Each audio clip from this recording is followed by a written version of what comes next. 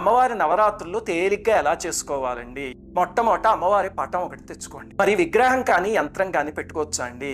విగ్రహం అయితే ఎప్పుడు గుర్తుపెట్టుకోండి, అదృష్ట మాత్రం. ఇంత దాటి విగ్రహాలు పెట్టుకోకండి. యంత్రాల జోలికి వెళ్ళదు. యంత్రాన్ని మెయింటైన్ చేయడం అవన్నీ కష్టం. అన్నిటికన్నా బెస్ట్ ఏమిటి అంటే అమ్మవారి పటం. చక్కగా పటం పెట్టుకుంటే కనుక నియమాలు చాలా తక్కువ ఉంటాయి. సరే, అప్పుడు ఏం చేస్తారంటే మీ పూజా మందిరాన్ని శుభ్రం చేసి ఒక చోట చక్కగా పటం నిలబెట్టండి. లేకపోతే పక్కనే ఒక పీట వేసి, ఇంట్లో ఎక్కడైనా ఒక చిన్న పీట వేసి దాని మీద ఒక బట్ట పరిచి అక్కడైనా అమ్మవారి పటం పెట్టుకోవచ్చు. ఎక్కడో ఒక చోట పెట్టండి. కానీ నియమం ఏమిటి అంటే ఎక్కడైతే పెట్టి నవరాత్రులు ప్రారంభిస్తారో 9 రోజులు అక్కడే ఉంచి పూజ చేయండి తప్ప ఒక రోజు ఒక చోట అలా పటాన్ని ఆ పీఠాన్ని మార్చకండి. కలశం పెట్టాలండి, మీ సాంప్రదాయంలో ఉంటే పెట్టండి, లేకపోతే అవసరం లేదు. అఖండ దీపం వెలిగించాలా? అఖండ దీపాల జోలికి వెళ్ళకండి. దాన్ని మెయింటైన్ చేయడం చాలా కష్టం. దీపం కొండెక్కిపోయిందని చెప్పి మళ్ళీ బాధపడతారు. అఖండ దీపాలు అవసరం లేదు. అమ్మవారి పూజ ఎప్పుడు సూర్యాస్తమయం అయ్యాక చేయండి. ఆ సమయంలో వారాహి శక్తి యాక్టివేట్ అవుతుంది.